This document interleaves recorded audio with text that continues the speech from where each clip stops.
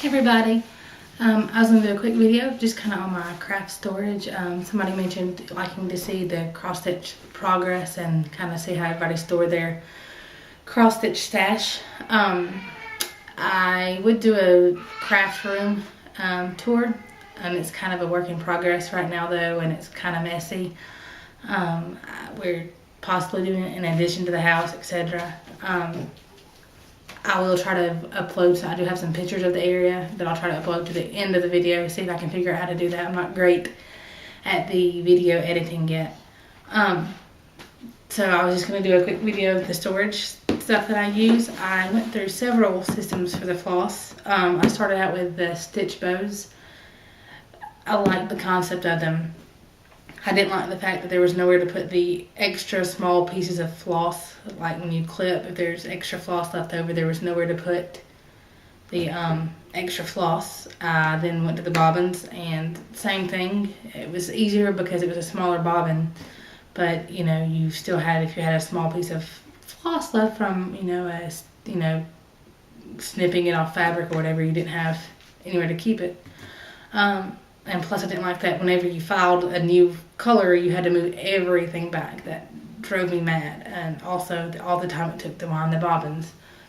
I should say that my dad did kind of make a huge bobbin winder for me that apparently used to be used to thread fishing line. I have no clue. It's something that he found it in a estate sale and said he saw it and thought about my floss, and he fashioned it to where it would hold a bobbin, and like literally you'd crank the little handle once and like the bobbin would spin like 10 times, and it was crazy how fast it would put the floss on the bobbins. But again, I didn't like the bobbins, so I ended up going with the Floss-away bags. I always liked the Floss-away bags, but at my old house we didn't have enough room for me to have all the boxes for the Floss-away bag, so I kind of suffered with the bobbins for a while. And then when we moved here and I had my own little area, which is a I guess I should add that it's a little office nook off of our kitchen that we use, we don't use for an office. We don't work from home, so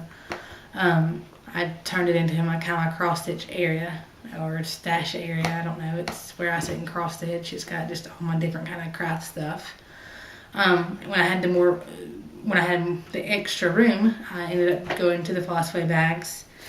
I keep them in just a little plastic Sterilite shoebox container. And of course, some of you know the Floss-away bags, the little Ziploc baggies that have that you can put the items in. I instead, where they cannot stand up in the box, put a file card in there. I cut it to fit and put the color number on the card. As you can see, it's not an exact fit. They're supposed to be 3x5 bags. It means 3x5 the whole bag, not the interior of the bag. There are some brands, this is the true Floss-away bag. I think Hobby Lobby has a brand of bag that the actual interior of the bag is 3x5, and you could put the card directly inside the bag. These you have to kind of clip down just a little bit. Not that big of a deal. But I just really like that instead of having to move everything back when you add a new color in, you can just find where it goes and put it in the right order without having to move everything everywhere. And I like that they've got the little ring clips, because I do keep my floss on the rings for each project. I've got several of the ring clips. And I will say it takes up a lot of room. I have probably half of the DMC collection, and I have 4 boxes of these full of floss, not to the gills. I keep it kind of to where they can kind of move, where I'm not cramming them in. That way they're not like, busting out of the box whenever you open it. I do like the box. They say pretty sturdy. If you drop it, it's not horrible to have to reorganize, because you don't have to keep moving everything back like you do with bobbins, and I assume with stitch bows as well. I like too that you can see the colors on the sides, and you can kind of, if you're looking for a certain color instead of a certain number, you can kind of tell, what color, you're looking for. I just really like the Floss-away bags. It's the best system that I've found. It's the system that worked the best for me. I've seen people, I see people with the bobbins. I think, oh, that's so pretty. I wish I could do the bobbins, they just don't work for me. I've also seen people with the actual like skein cases, the old that they you see in like the little needle shops where you pull out the drawer and they've got the long skein case. That would be awesome to have that. I'll never be able to have that much floss. I did get my collection, like I said, I got half of the DMC collection, and I've only been stitching for about 4 years now.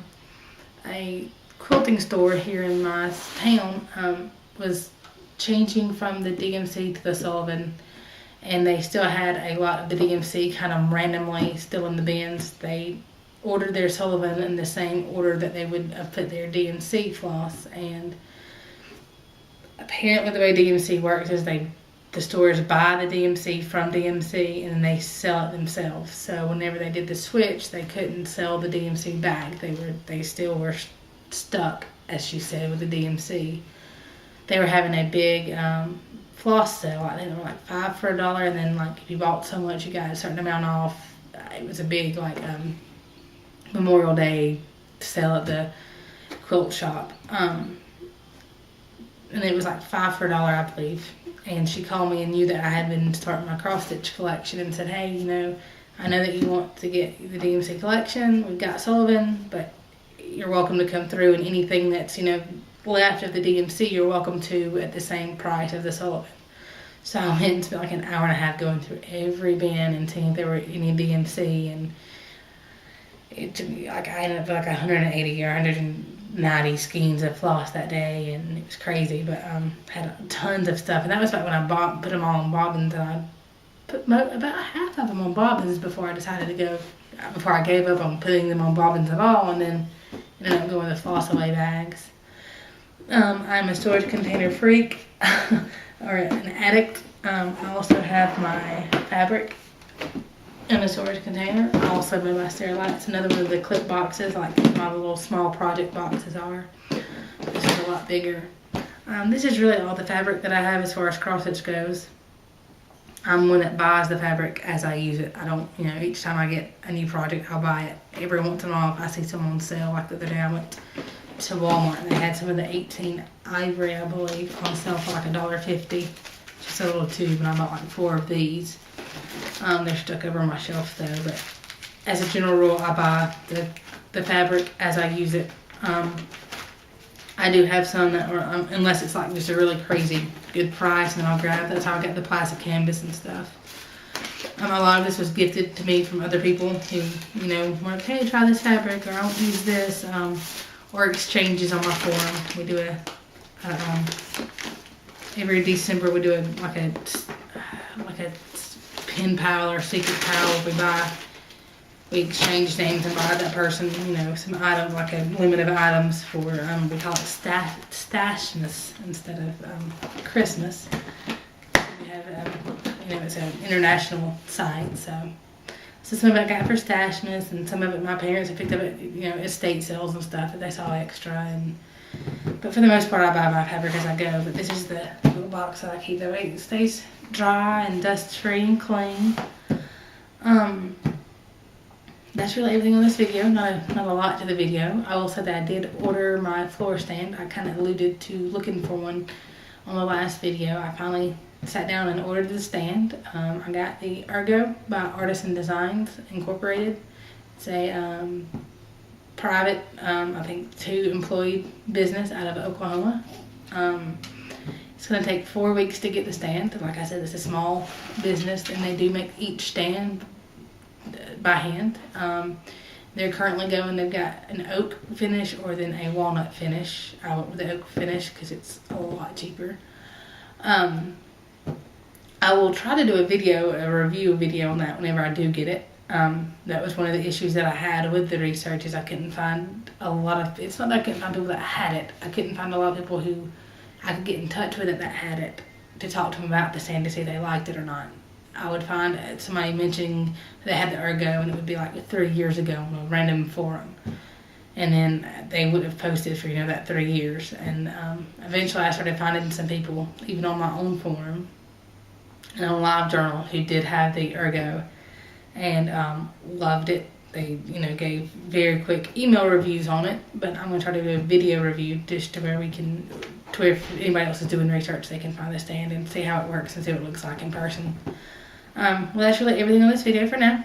I'm going to close out. Feel free to comment or subscribe, and I will try to continue to do some more videos. Thanks so much. Thanks for watching.